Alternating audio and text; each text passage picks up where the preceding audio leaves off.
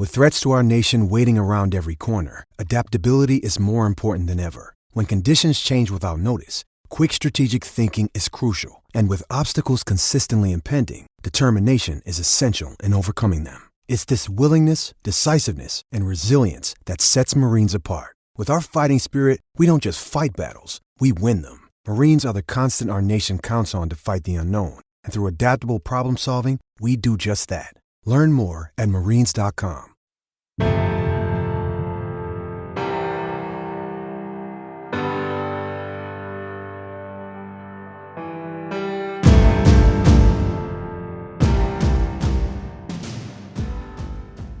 Always be a student. Keep learning. As soon as you think you've got it figured out, you're going to be in some trouble. Being able to look at different ways, and even if it's, hey, we don't necessarily run this, but is there something that they do that we can use that does fit us? As a defensive coordinator, Cody Baethke's success at Coe College is a testament to his dedication to crafting a well-rounded and effective defensive strategy. In this episode, Coach Baethke shared his insights into his coaching philosophy and approach to building a successful defense, which includes placing a high value on creating tackles for loss. He emphasized the importance of flexibility, adaptability, and continuous learning as key elements in his defensive strategy. Together, he and his staff have put together a defense that is top 25 in most defensive categories. They're number 1 in tackles for loss at 9.6 per game. Number 4 in rush, 1.82 yards per carry, allowing only 58.3 yards per game. 5 in red zone defense at .522. They were number 9 in third downs, number 9 in interceptions, number 10 in turnovers gained with 29, number 11 in total defense with 245.8 yards per game, number 12 in first downs, and number 14 in pass defense efficiency. For his efforts as a defensive coordinator, he was recognized by Hansen Ratings as the number 4 defensive coordinator in 2023, including being the defensive coordinator of the year in his region. Coach Baethke will be a part of D3 coaches who will be speaking at the D3 Top 25 Clinic, which is February 19th through the 22nd, and presented by the Coaching Coordinator Podcast. We'll share more information on how you can get that ticket at the end of the episode. What you see on tape is a direct reflection of what you teach and how you teach. Video is important, but if you don't teach well, you're not going to like what you see on your video. First Down Playbook has been helping coaches teach better for 13 years. It allows you to present installs, playbooks, and practice cards in half the time with NFL quality. Coaching tools like video pairing, a player app, practice schedules, and wristband sheets have made First Down Playbook a program management system with everything in one place. If you're in a position of leadership with your football program, receive a free 1-week look at First Down Playbook. Call them at 512-814-6158 or visit them on their website or social media. Mention Coach and Coordinator Podcast or use the coupon code COACH24 to receive a $100 discount off the normal $700 First Down Playbook team membership price. Links and the phone number are in the show notes. As coaches, we know that some of the biggest hurdles to our team's success can come from off the field. Your team needs support to tackle the endless list of expenses, uniforms, training equipment, travel, and more. But raising that money can feel like a full-time job. Thankfully, there's Vertical Raise. Vertical Raise is the premier online fundraising platform using innovative technology to create the easiest and most efficient system available. Raise more money in less time with a local fundraising coach who works with your team every step of the way to customize the ideal fundraiser. With options for online donations, digital discount cards, premium product sales, and even spirit shops, Vertical Raise has top-of-the-line solutions for every fundraising style. To find out more, visit verticalraise.com and we'll get you connected with an exclusive offer on your first fundraiser. I'm excited to be joined today by the defensive coordinator at Coe College. They were outstanding on defense in 2023, being in the top 15 in just about every category, led the country in tackles for loss, and we're going to dig into some of the things they do defensively. Coach also has some honors that he's earned individually. Hansen Ratings had him as the regional coach of the year in his region. and number 4 in the country in Defensive Coach of the Year. So he's done an excellent job at Coe College, and that's the defensive coordinator there, Cody Baethke. Cody, great to have you here on the podcast. Yeah, thanks for having me on. I enjoy listening to it when I'm out on the road recruiting. I'll get it going and listen to other guys across the country, and always good to learn from others. Before we got going, you were able to share a little bit about your background and your story, and what I found really interesting is learning and watching your dad. Your dad was a coach. That really a big takeaway for you in seeing how he did things at the small school level, at the high school level, was that you saw the value in finding different ways to be successful. That's what's great about this game, is there are so many different things we can do. There's so many things out there, and you've kind of taken that approach to being flexible, being adaptable, and being able to build around what your team needs to be successful. Yeah, absolutely. And I mean, I think we all know this. At the end of the day, it's going to come down to your players making plays, but I think a big part of it is how do we put them in that position, as many times as possible to allow them to go and play free and do that. And if you got a guy that's got a certain skill, how can you find the best way for your team to be successful and use that skill on a Saturday? Beyond that, the common thread always has to go back to your core beliefs. What do you, as a defensive coordinator, really believe about defense? And then you are able to say, well, this fits my belief. I can plug this in. It works best for our guys. And you have that balance between this is what I believe and this is what works best for our players. So what are your core beliefs on defense that you build things around? For us, it's always going to start with effort. One of the benefits on defense and things that help us is we can get away with just great effort if you do make a mistake. And so we do a lot of different ways that we're making sure we're grading our loafs and our pursuit. And, I tell our guys there's 2 reasons why you're not running to the football. Both me and I got to get you off the field because either 1, you're extremely tired and you need a break, or 2, you're selfish. Your comfort zone and your comfort level is more important than the success of our team. And so, we're going to start there. We are going to work at it. We are going to make sure we're doing it, and we're doing it in the right way. We're running the right angles. We're not chasing teammates, doing that stuff. We're going to really make sure people are going to say these guys fly around. They are going to get you. How do they only have 11 guys on the field? Because it feels like there's 15. And so do we want that to be our mindset?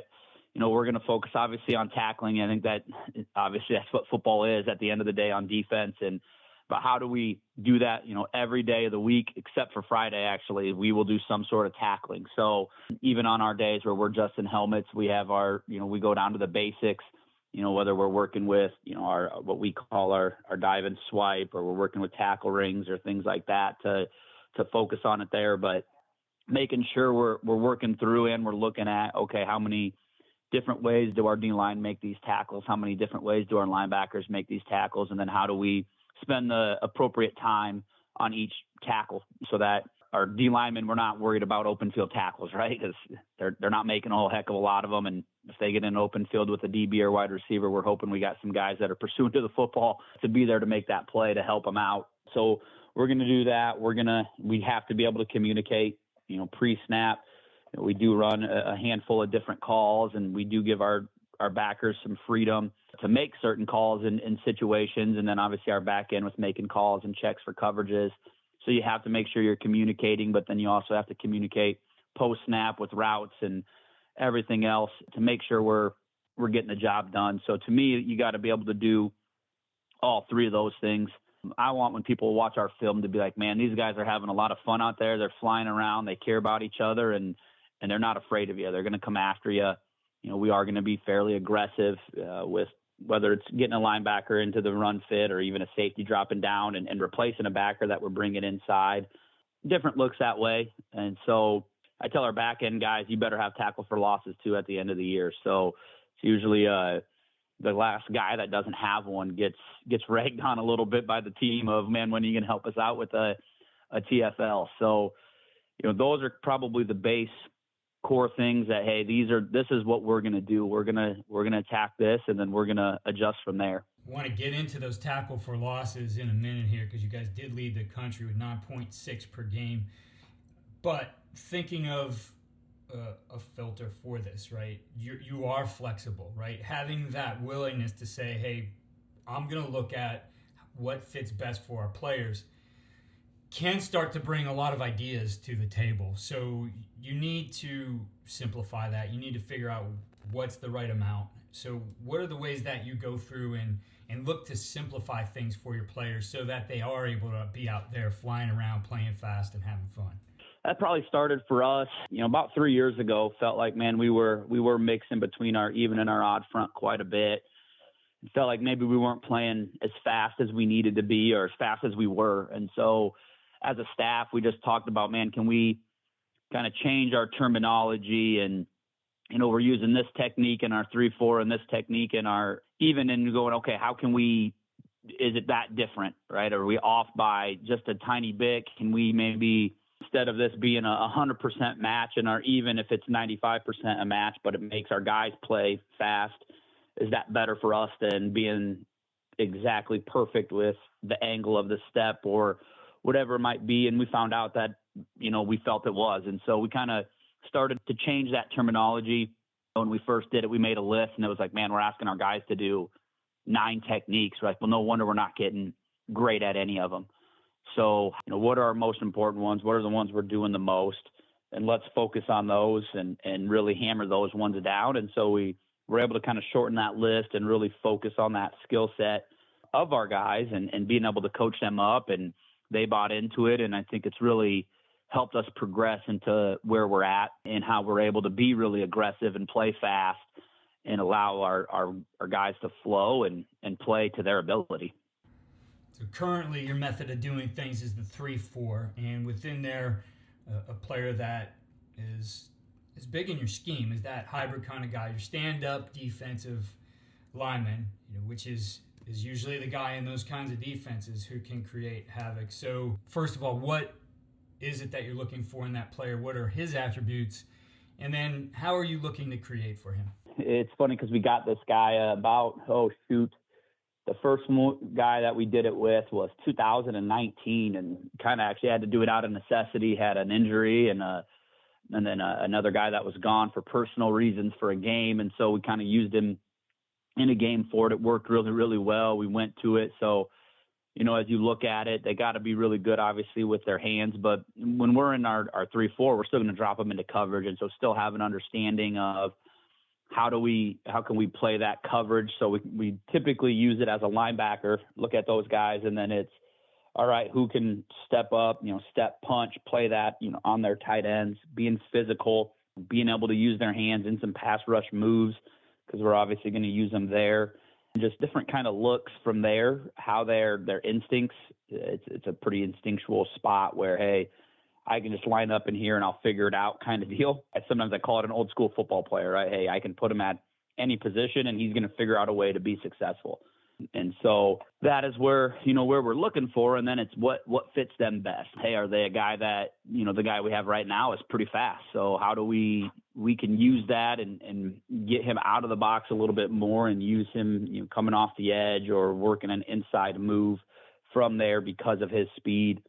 The guy we have now, we will line up as a true inside linebacker in certain plays as well. But just being able to find that right mindset too. And they also got to be kind of a football junkie, want to learn, and be able to, because we are going to ask them to play 3-4 spots throughout the course of a game. And so if you're not willing to put in that work to understand it, then that makes it really hard, obviously, to play that position well. And so want to have guys that want to come up and watch film and be able to ask questions and be coachable, because you're going to do some things wrong as you're young and learning through that process to get there.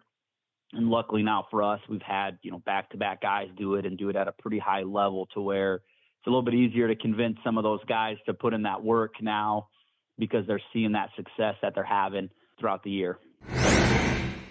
So tackle for loss, number 1 in the country.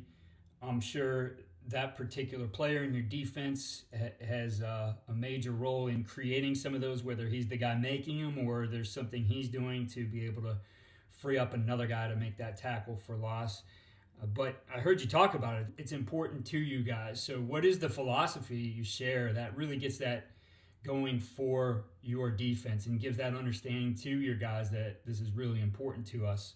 I talk all the time. I mean, it starts with our D linemen. I tell them, what's the stat that most D linemen like the most, right? Sacks. So is it a lot easier to get a sack on a 2nd and 12 than it is a 2nd and 6 or a 3rd and 8 versus 3rd and 2? Absolutely it is. So you have to earn that right to go get the quarterback.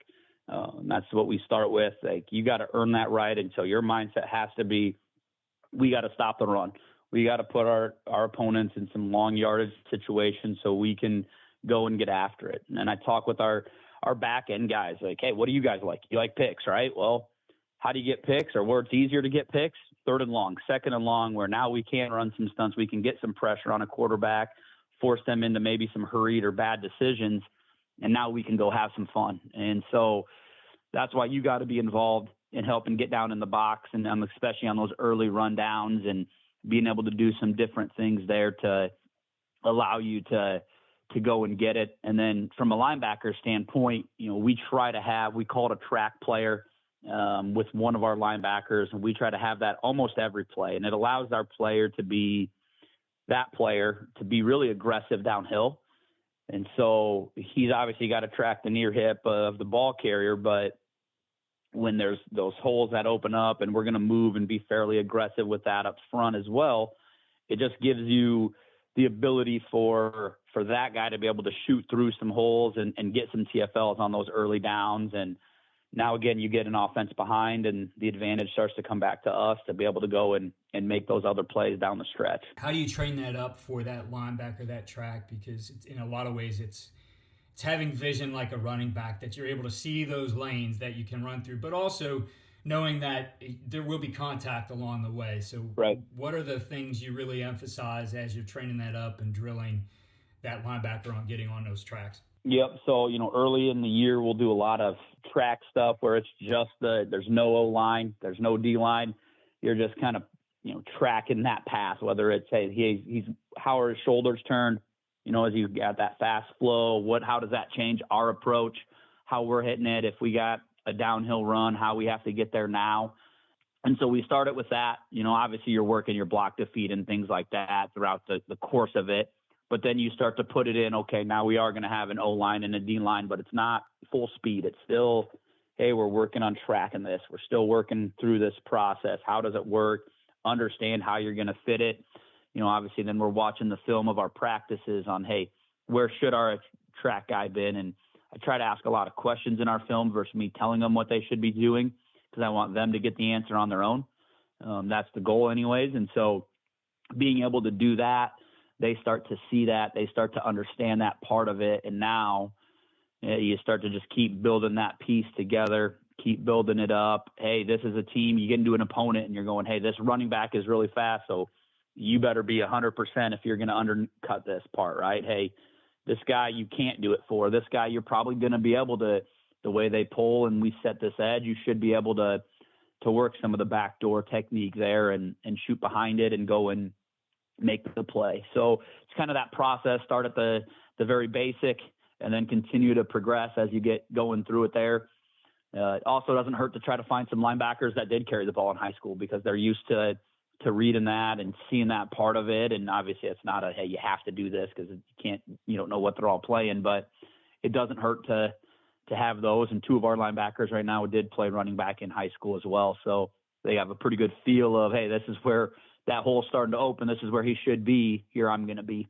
That tackling part is something you really want to work on there too. So tackle for loss. I heard Manny Diaz say this in a clinic, and he had some statistics they put together on it that almost all tackles for loss are the roll tackles. So what kinds of tackling drills are you working there, or what gets paired up with that, to finish that play off and get that tackle for loss? We do that. We call it, one of them that we work quite a bit too if our guys are going to it, if we're not quite there, because sometimes if you're shooting a gap, which we will do, we have a penetrate technique with our D-line that allows them to try to shoot the gap. And sometimes that's where we'll use our dive and swipe. So you got the crash pads out, you got the agile, they're working at, hey, dive in and trying to swipe that right below the kneecaps and to trip guys. We're down the angle. we're tracking the ball carrier. So we'll do one with our linebackers. That's one we do actually without pads on, is it's more of the track. So, hey, we're still working that exact same drill we talked about, but now it's in our tackle circuit. And then, yeah, we're working through we're running through with a tackle ring, and we're hitting it, we're rolling with it. We'll do that one as well. And so just a lot of different ways to try to incorporate that, where you can kind of work your track plus your roll, your dive and swipe, because I would agree you get a lot of those in the backfield where it's there. D-line wise, it's a little different. You're going to maybe hit them a little bit more if you get through. But for your backers, absolutely, we have to work that at that angle, that speed, and then it's how are we rolling with them, or are we diving and swiping? When we get lucky, we get through it, and we get through it so fast that it's squared up. Those are usually the easy ones. So we don't, not saying we don't work them, because you got to work your normal form tackle, but that's really kind of what it turns into. So the tackle for loss, as you mentioned, starts to have an effect overall on a play caller and an offense. When you can get them behind the sticks, it's going to result in some other things for you. So, for example, you guys were, talk about pass defense efficiency. I mean, the best way to be efficient on defense is to force them to have to throw the ball farther down the field, which results in turnovers. And you guys are number 9 in interceptions in the country, return 3 for TDs. You're number 10 in total turnovers with 29 on the year. So you start to see that, okay, we can make this the focus. If we could get some tackles for loss, especially on early downs, the result on those later downs are really going to be big for us as well. So looking at the back end, right? What are some of the things you guys are focusing on the back end that go right along with this way of doing things you've created out of being able to get guys behind the sticks? Yeah, right. And so when you can get them behind the sticks, again, that's when you get to start to have the fun. And I think us defensive guys, I think we enjoy having some rules that are some spots where we feel that, hey, it benefits us. I understand a lot of people want to see points being scored, but hey, we get them into that spot. Now the advantage is back into us, because we can all sit here and be like, well, hey, this guy's open and you got to step into that throw and hit it and make it. Well, that's a heck of a lot easier for me to say that versus, we got a big old 6'6", 260 DN coming barreling down at you. Well, it's not as easy to make that throw, right? And so now we can be able to start to get into some different packages. We can bring some pressures, but yet still play some zones, because it is 3rd and long. And if they, they do hit the 5-yard hitch on the 3rd and 10, we rally up, make the tackle at 6-7 yards, and we're good. So you can do that, which allows us then to play more of that zone and keep our eyes on the quarterback. Or had an assistant coach that worked for us that dubbed it as, hey, we got to get our eyes on the guy that's going to throw the interceptions, and so we're going to teach our guys, hey, these are kind of our landmarks. This is where we've got to get to in these coverages and how we're going to split receivers or whatever it might be.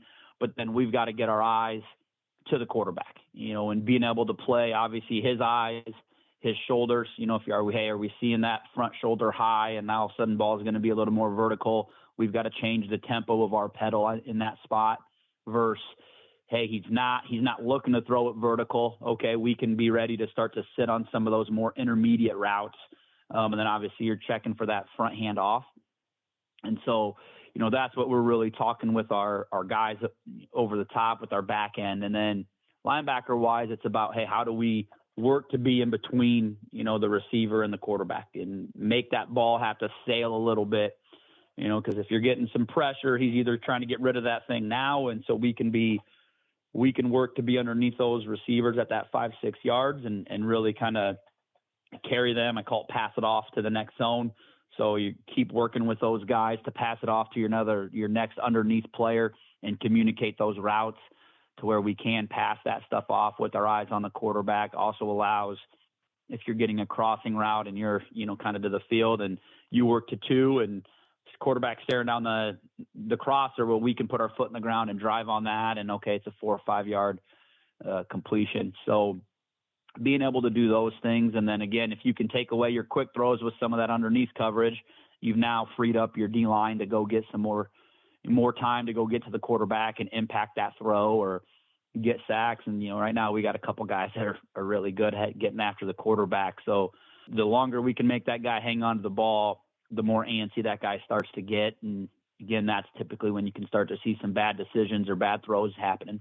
On the back end too, if you can start to move that secondary around, not playing just a static coverage that you line up in, taking away some, indicators after the ball is snapped, maybe showing one thing and another, inserts and clouds. Yep.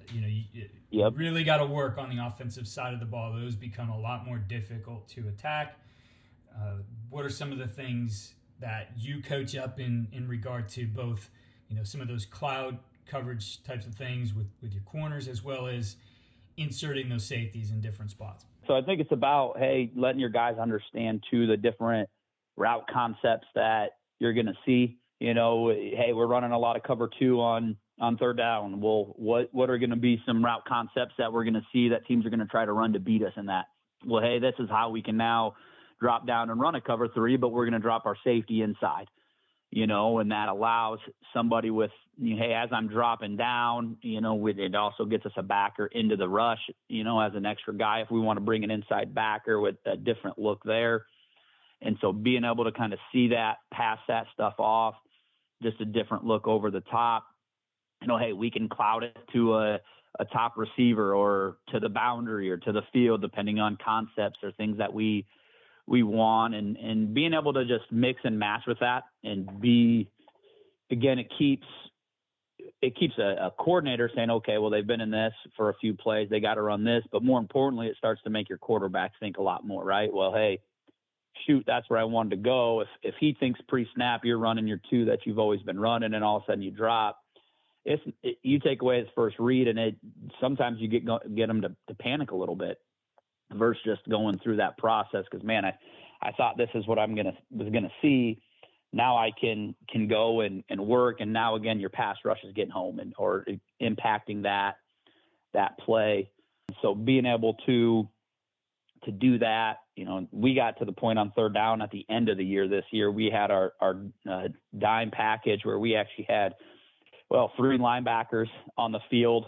One we actually used almost as a D end in that spot. We only had the 2 D linemen out there, and then we had 6 DBs, and we were able to play a bunch of 2-man. We were able to play, some different coverages out of there. It started with almost just 2-man and then progressed into the process of running some zone stuff with it there as you're teaching, your corner and your safety that are now playing our true outside linebackers and our odd front, what their techniques are. But a lot of it's similar stuff to what they've already done, so you can do that. And then again, like you said, you get a variety of coverages, and now we're putting a little more pressure on you to make the right read, make the right throw, and you got to do it in a timely manner or guys are going to get home. When I look at what some people are trying to do with this, drawing the scheme up and executing it to perfection all comes down to the technique. And you mentioned the importance of, passing that guy off into the next zone. Well, when you're coming downhill at that, whether it's a cloud or that safety inserting, you have to be prepared to get hands on that guy, to be able to then, plaster to that guy and carrying him to where, you're closing down that window. Otherwise, when you're coming down, if you make it easy to throw it over the top, those throws become significantly more simple for the quarterback as to when you're really making that a gray read for him, because you're still in that area with that guy. And as you said, carrying him through the zone. So how do you coach those techniques up? We went to just talking to our guys where we want to put our hands on, and so it's the same for every position. Hey, as we're dropping down, we want to have that front hand kind of right on that near pec a little more towards the outside, your opposite hand kind of right on the middle of his shoulder. So that's kind of that spot where we're looking for our guys, anybody who starts at down, so as a linebacker or as a corner, we want that collision point to be kind of that 4 to 6 yards. We give our safeties that are dropping down a little more leeway because depending on how quick that receiver releases, it might be a little closer to 6. But we want to be inside leverage on almost all of them. We got a couple that will throw it off, just again, kind of an oddball curveball to throw at the offense. But we want to be inside, force these guys outside over the top, make the quarterback make the most difficult throw, make him throw it into tight windows. And again, if we do that enough, and we play good teams, so there's going to be teams that are going to hit some of those windows, and you're just like, all right, good throw, good read, right throw, good job, move on, right? And so, but the more we feel we make those guys make those tough plays, ultimately we feel we're going to win those plays more times than not. And so it's how do you force that? And again, it's, hey, we want to make you make the toughest throw. So we are going to attack a little more inside leverage, force these guys outside and over the top. And then, we got to sink and squeeze under guys. If they do go out, we talk about expand, we talk about squeeze. It's the exact same for everybody. Exact same technique, everything. So when we're doing our takeaway circuits, I can work drops with our linebackers, and I can say the exact same terminology as I'm working, with most of our secondary. Obviously, there's always a few things that are unique to the position, but it allows us to have everybody really coach those guys up, and they know exactly what we mean when we say it because they've heard it in film, they've heard it on the field, and everything else, to where it's just working it together. Plus, then you're a back end guy and you see this route, you should know exactly what your drop player should be doing, which can change maybe a little bit. Okay, I know he should be going there. I don't have to widen out quite so much. I can be ready for that route that's maybe going to try to wrap around him to be able to drive on it and work through there. One thing that allows you to evolve is really your approach you take to learning the game. It's important to you to continue to learn new things, and as you said, see how it's going to fit to there. And really that's something you mentioned to me, started with some advice from your dad. So we'd love to hear you talk about that and the way you approach learning the game. It's the old adage that everybody always hears, right? Like, always be a student, keep learning. As soon as you think you've got it figured out, you're going to be in some trouble. Being able to look at different ways, and even if it's, hey, we don't necessarily run this, but is there something that they do that we can use that does fit us? And to me, it doesn't matter, what level it is. All right, go and watch high school games, and you'll be watching some recruits, and you're like, hey, I like what they're doing here. I need to look into how they're playing this or how they're coaching it or whatever it is, But then one thing my dad said, to me when I was young and I was getting into it, I felt like, hey, I'm really starting to grasp some of this stuff defensively or feeling confident there. He's like, well, again, you don't know yet, so keep learning, but also don't be afraid to go and listen to some offensive coaches talk and, so he told me, when he was coaching, like I'd go to offensive talks at clinics, because if I went and listened to 5 OCs talk about something and they all 5 said, man, I really don't like this stunt, or I really don't like this coverage, and I wasn't doing those, I would have to question, why am I not? Right? Is there a way I can make those things work in our scheme to have an impact? Because again, if it's that likely that they don't like it, it's a good call. So I should be looking into running it. And so I try to do that in the off season. I'll try to read different offensive articles and stuff to say, okay, this is how they're going to try to take it, or this is maybe how they're going to try to manipulate our backers or whatever it is, and on certain looks. And so how do I change up those reads for the quarterback? How do I run a certain stunt that makes it really hard from there? And so just being able to learn from that, and be able to grow in that area as well of, okay, this is how they're going to attack me, then what do I have to do to answer that part? And so that's been something that I've tried to do as well, and I feel it's been really effective for me the times that I've been able to do that. Cody, I really appreciate you joining us here and talking about all these different aspects of your defense. And certainly best of luck to you and the Coe Hawks here in 2024. Thanks. I appreciate it and enjoyed my time. Here are our winning edge takeaways and ideas for implementation. 1. Understand what aspects of what you do are strategically important and build around them. Training and planning to get tackles for loss creates an opportunity for the defense. It allows for the aggressiveness that they want on third down, and it led to turnovers for them, 29 on the year. The entire way in which they put their package together works synergistically, and it starts with winning the early downs and getting the offense behind the sticks. Coach Baethke's way isn't the only way, but it illustrates the effectiveness of a comprehensive strategy. 2. Train the techniques that win in the situations you're trying to create. For example, the linebackers are taught tracks and tackling techniques that create TFLs, and then they're trained in a progression throughout the season, adjusting to the different things that they'll see as the season progresses. On the back end, they spend time on teaching defenders techniques, including footwork and hand placement, that allows them to pass the receiver to the next zone and close down the windows and time frame in which the receivers will be open. This then couples into a situation where they are able to get more turnovers because they created early down tackles for loss and now have situations that they're behind the sticks and have a long way to go. 3, find different ways to be successful. There's always value in looking at the way things are done no matter what level you're watching. You might not be able to use it completely, but it can provide you with ideas on how you might adjust what you do and evolve to deal with a constantly changing game. I mentioned that Cody will be speaking at the inaugural D3 Top 25 virtual clinic. We have 50 plus speakers, including the national champion SUNY Cortland Dragons, other top 25 ranked teams, and top 25 statistical leaders in every phase of the game. The link for this is in the show notes, but I encourage you to purchase the ticket through the links that the coaches share, as they're able to share in ticket sales that they help generate. Tickets for this clinic are $39 for a single pass, and then the more coaches you have, the cheaper it becomes. For 2 to 5, it's $34, and for 6 or more, it's $29 per coach. Go to coachingcoordinator.com to follow all we're doing, and follow us on X @CoachK.